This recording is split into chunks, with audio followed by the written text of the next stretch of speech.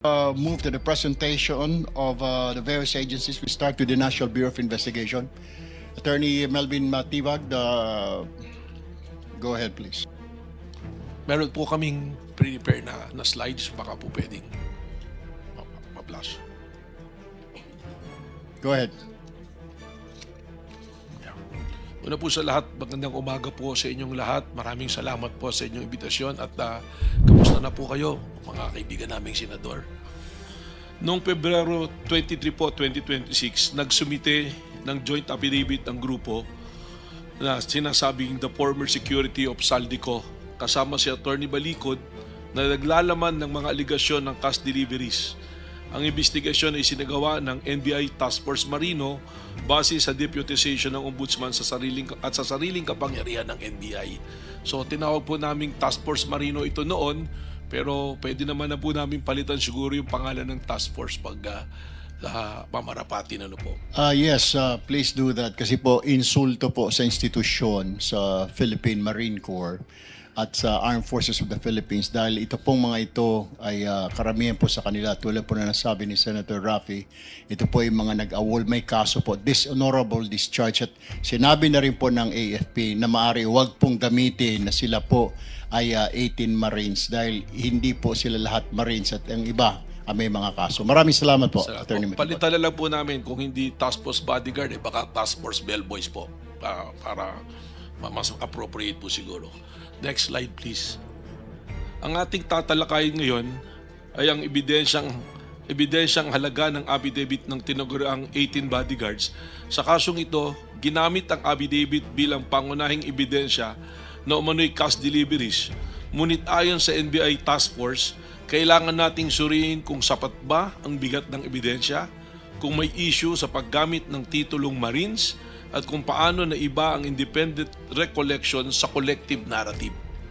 Ang layunin natin ay makita kung ang affidavit ay talagang nakatutulong sa pagbuo ng probable cause, kung ito man ay kahinaan na dapat pagtuunan ng pansin. Sa katunayan po, ang ginamit na lang nga naming pamantayan ay probable cause at hindi na yung memorandum circular ng DOJ na nagsasabi ng there should be reasonable certainty of conviction pag mag-aakyat tayo ng kaso.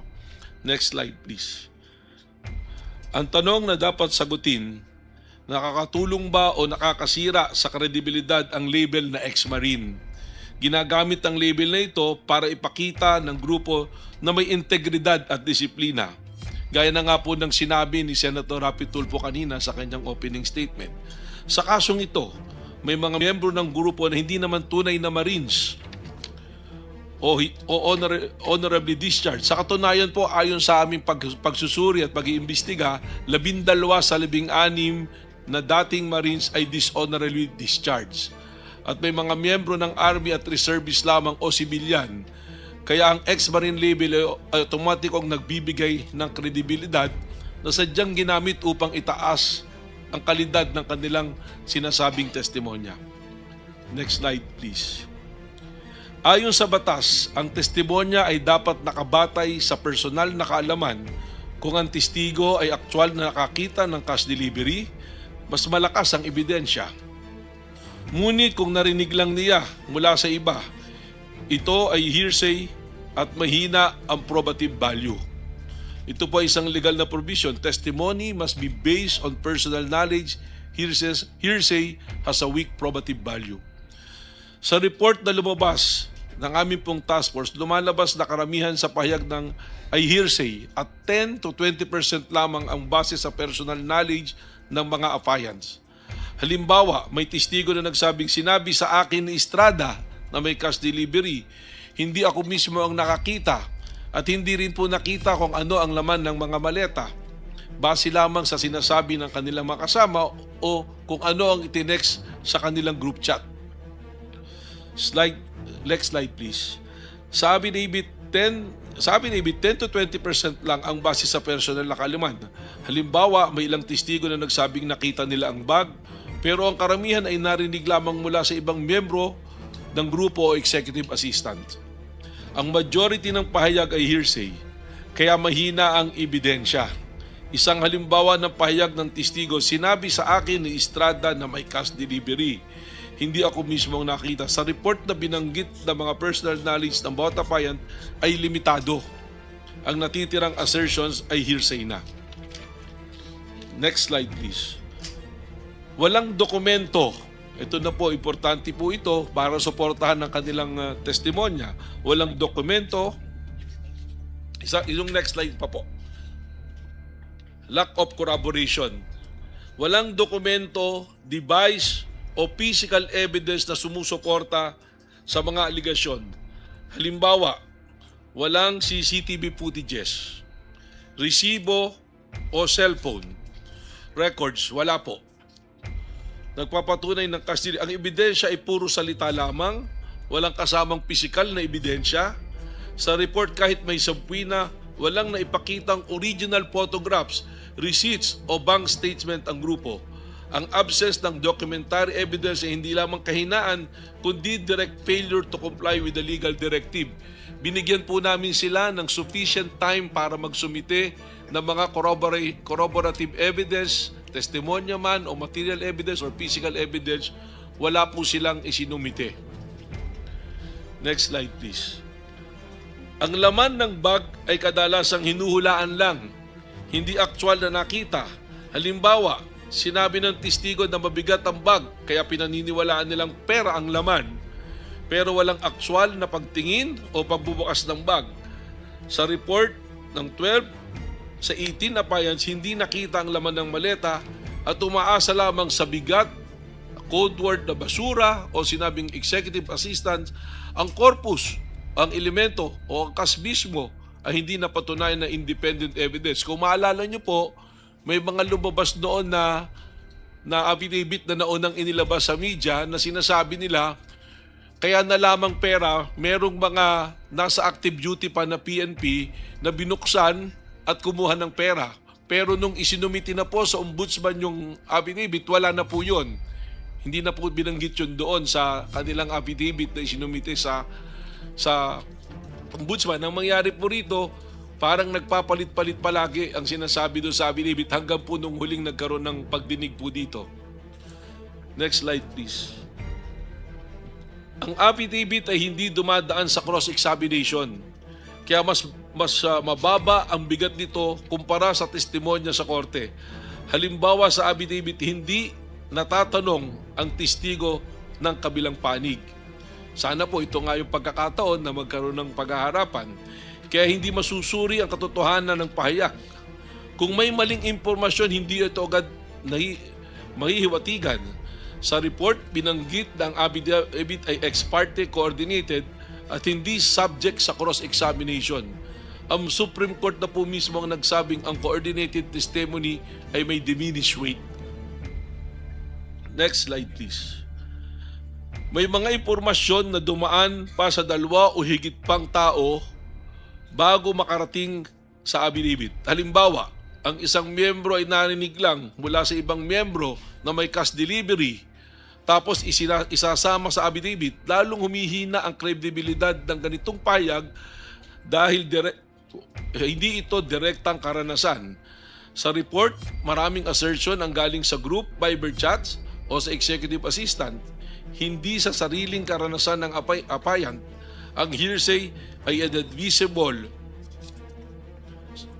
at walang independent probative weight. Double hearsay pa nga po. Narinig sa ganito, pinasa sa kanila. At yung grupo po, doon sa Viber chats nila, hindi na alam kung sino ang nagpadala. At nung hinahanap po namin yung mga Viber chat na ito, ang sinasabi, wala na yung telepono. Kaya maaaring yung binabanggit po noon na sinabing papalitan yung telepono, kasama na sa naratibo ang kanilang binubuo.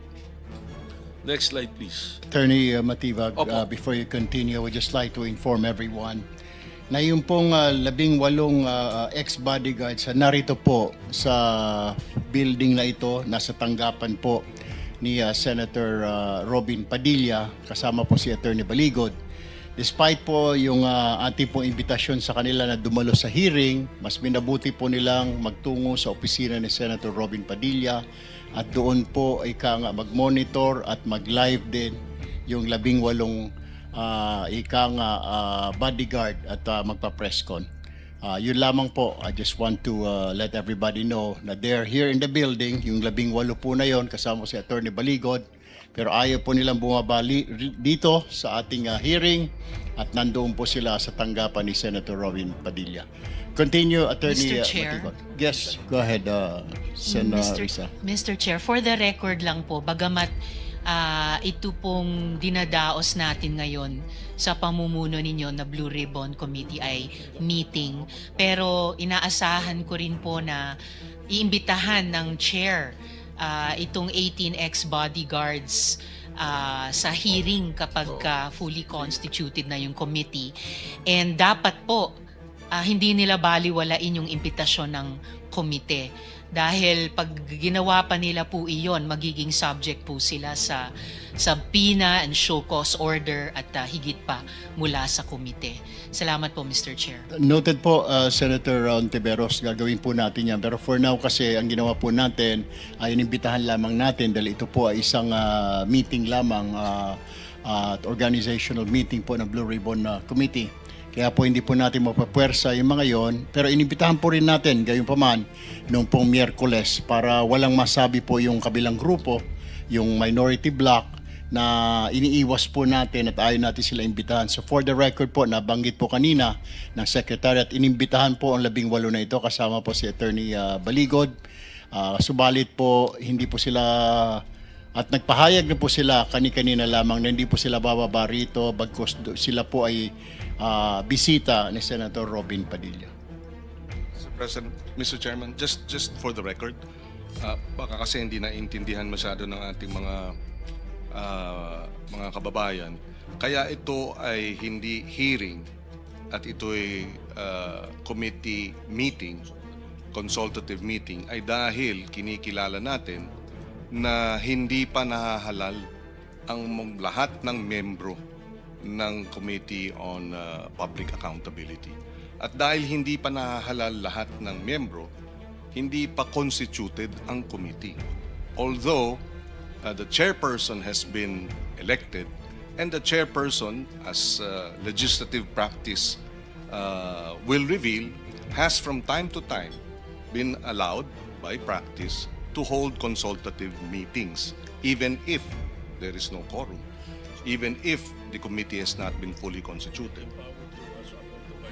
And also, yes, that is correct, is empowered to designate a vice chairman. So in the meantime, because we are have not, out of respect for our colleagues in the minority, dahil hindi pa nako-constitute, hindi pa sila hinahalal, ay hindi natin tinatawag itong o hindi natin isinasagawa ang hearing. This is in contrast to the previous bogus hearing last Thursday, wherein the Blue Ribbon Committee precisely had been declared vacant, and even before we removed the Senate President, former Senate President, they already sent out notices for that June 4 hearing, which again is an indication of their disregard for our rules in the Senate. Kaya just for the record, Mr. Chairperson. Thank you for Mr. that Chair. clarification. Go ahead. Dagdag lamang po dun sa sinabi ni Vice Chair Kiko, Mr. Chair. In fact, dun sa bogus hearing, nagpakita at nagsalita yung 18 ex-bodyguards at saka si Attorney Baligod.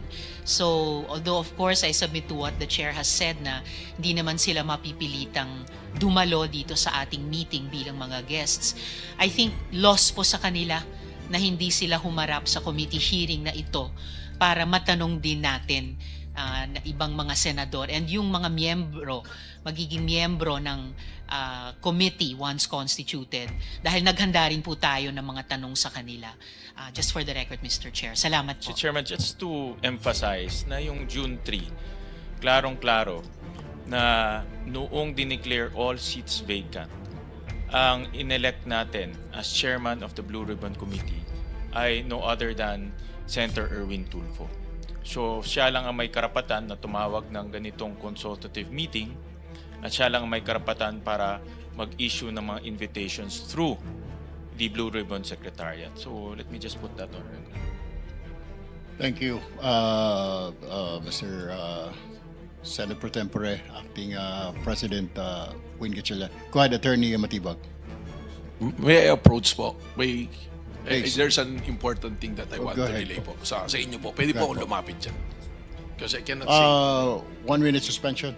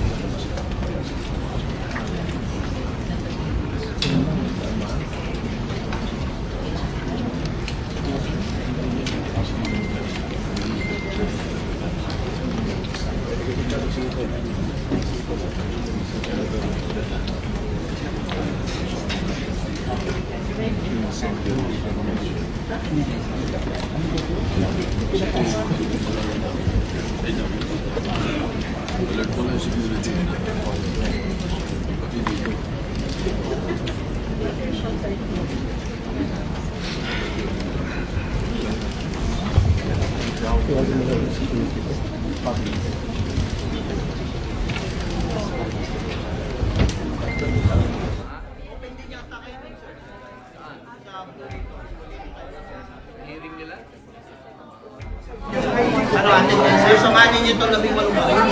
Masamahan ko na lang sila kung ano ang plano nila. Sen. Robin, akit po kayo sa Blue Ribbon. Sen. Robin. Senator. Sir, akit po kayo sa Blue Ribbon. Pero papatay ko natin yung request. O doon na lang po tayo sa opisina ko. Sir, akit din po kayo sa session ko. Dadalo pa kayo sa Blue Ribbon hearing. Sabi ko, hindi raw kayo dumalo. Tatanungin natin si Senator Padilla kung sasamahan niya.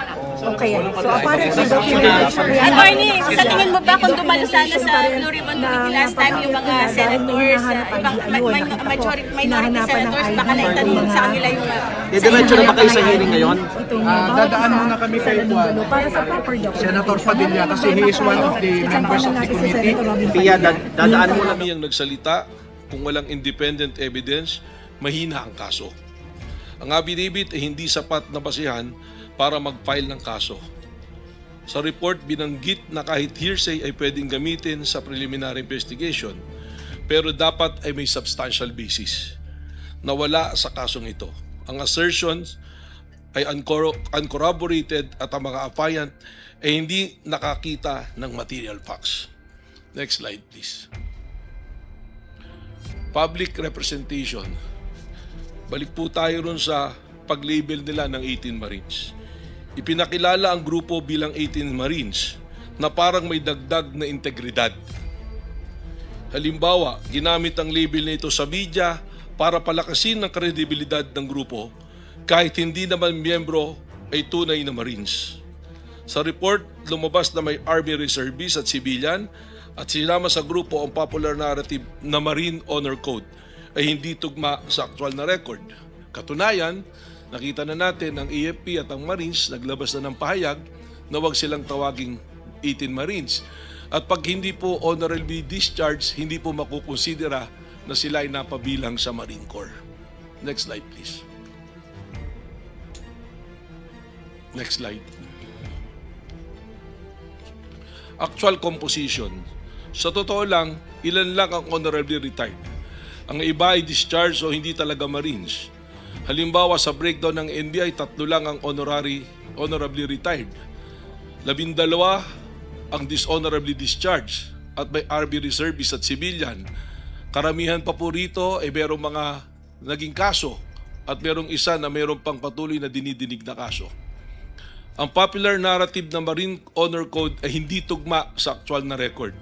Ang Philippine Marine Corps mismo ang nagsabing karamihan ay dishonorably discharged at maikli lamang ang serbisyo. Meron po rito 10 buwan lang na nagserbisyo sa Marine, nag-awol na po.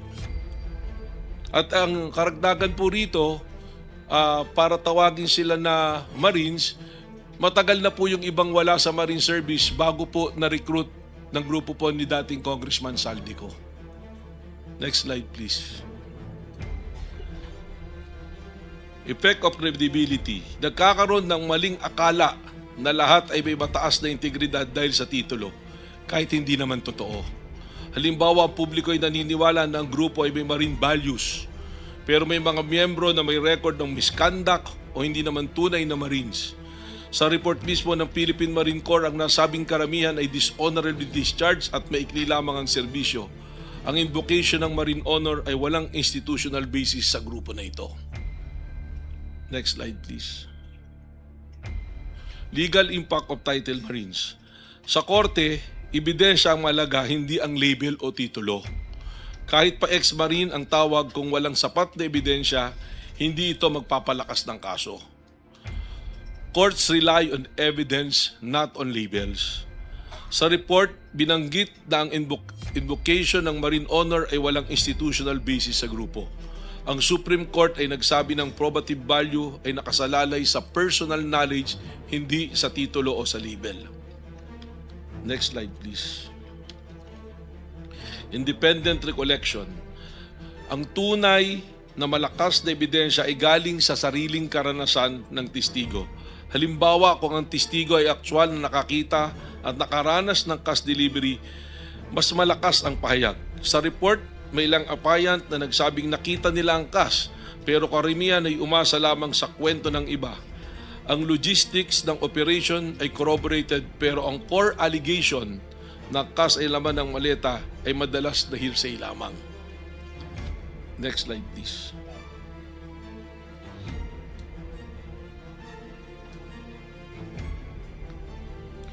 Pinagsama-sama ang pahayag ng grupo sa isang affidavit. Halimbawa, may mga miyembro na hindi alam ang buong kwento, pero isinama ang kanilang pahayag sa collective narrative. Sa report mismo ng applicant ng nasabing hinalo-halo ang affidavit at binuo ng counsel na si Attorney Baligod, ang collective execution ay hindi nagko-convert ng hearsay sa personal knowledge. Next slide please.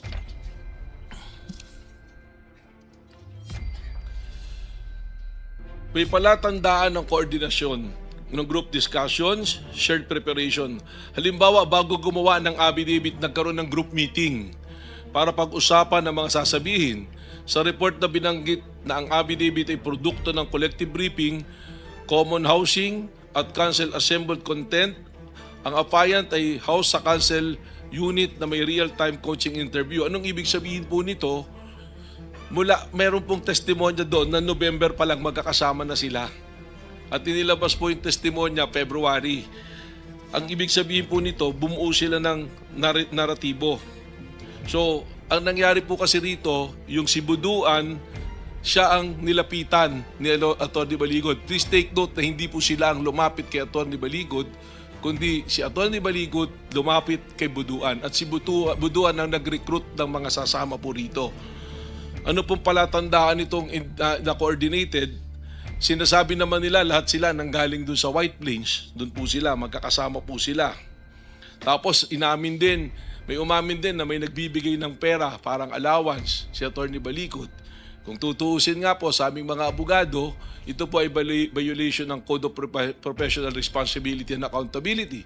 Sapagkat bilang isang abogado ka, hindi ka maaari dapat magbigay ng financial consideration. Papasok po ito sa tinatawag na champertibus contract na maaaring meron kang inaasahang kapalit sa pagtulong mo sa iyong abogado. Magkaiba po ito doon sa tinatawag na contingent basis na agreement ng pagiging abogado. Sinabidad po mismo, halimbawa, specific example that Baligod suggested to Buduan that 18 should stay in Baligod's residence. So inoffer po talaga yung tirahan. Meron po talagang pag-aalok na pumunta ro. At si Buduan po is one of those who are dishonorably discharged. Ang kaso po niya rito, corruption dito si Buduan. Siya po ay isa kasama doon sa volunteer doon sa Golan, yung peacekeeping po na pinadala natin. So meron po kaming, halimbawa lang po yun, ang NBI po ay may record, service record ng lahat po ng 18 ito. Next slide please. Legal implication. Ayon sa batas, kapag coordinated ang testimonya, bumababa ang probative value nito. Halimbawa, kung pare-pareho ang wording ng affidavit, maaaring indikasyon ng coaching o collusion. Coordinated testimony reduces probative value. Sa report na binanggit ng Supreme Court na doktrina ang coordinated testimony ay may diminished weight. Ang collective narrative ay hindi reliable marker ng independent testimonial reliability. When multiple witnesses function like synchronized recorders, the testimony fails the test of personal knowledge and perception required under Rule 130, Section 37 of the Rules of Court. Because the court cannot determine where the real observation ends and the script begins. The probative value of the synchronized statement are discarded entirely. Ito po ay decided case na ng Supreme Court sa People versus Centeno. The Supreme Court explicitly stated that perfect symmetry among testimony does not inspire belief. Instead, it breeds suspicion that the testimonies were rehearsed or concocted. Next slide, please. Key distinction between independent and collective. Attorney Matibag, sorry for interrupting. How many more minutes do we have? I'm about to wrap up. 3 slides na lang po. Okay, thank you. Independent, malakas na ebidensya. Collective, mahina. Ang independent recollection ay personal na karanasan, samantalang ang collective narrative ay pinaghalo-halong kwento ng grupo. Sa report, lumalabas na ang logistics ng operation ay corroborated, pero ang core allegation, nakas ang laman ng maleta, ay madalas hearsay lamang. Next slide please. Integrated findings, weak evidence, misleading title, non-independent testimony. 3 issue. Mahina ang ebidensya, misleading ang title at hindi independent ang testimonya. Ang affidavit ay hindi sapat. Ang ex-marine ay misleading at ang testimonya ay coordinated. Sa report, binanggit na walang credible witness na makapagpapatunay ng buong aligasyon at photographic evidence ay compromise. Ang political context ang kaso na nagpapakita na coordinated ang operation, hindi independent whistleblowing. Ano pong ibig sabihin nito? Dahil kino-coach, depende po doon sa political perception or political belief ng tao. Ang halimbawa na nga po rito, doon sa mga unang lumabas na affidavit, binabanggit po yung 2 senador, pero nung nag-iba na yung alyansa ng senador, iba na po yung affidavit at may mga dadagdag pa po na personalidad. Last slide na po. Ano po ang konklusyon dito po sa aming ginawang pag-iimbestiga? Hindi napatunayan ang mga alegasyon base sa ebidensyang iniharap. Walang sapat na personal knowledge, puro hearsay, walang corroboration at coordinated ang narrative. Ang affidavit ay hindi sapat na basihan para mag-file ng kaso. Sa report, binanggit na ang joint affidavit ay hindi self-sufficient basis for probable cause at bawat aligasyon ay dapat ay independent, competent at authenticated evidence. Ang tanong ay hindi kung possible ang pangyari, kundi napatunayang sila batay sa ebidensya. At ang kasong ito, hindi nila napatunayan. Maraming salamat po and we can submit the full report to the committee. Thank you. Yes, and just a administrative matter to the director. The report, please, and the attachments, including the affidavits of the 6 or 5 5 po yung pumirma po. Yes. Pero we're able to get everyone na recorded po dito. Yes, so the report plus the attachments so that we have a full appreciation of your documents. Salamat po. Thank you, Mr. Chairman. Thank you, Attorney Senator Pangilinan. Doon po sa ibang guest po natin, do you have any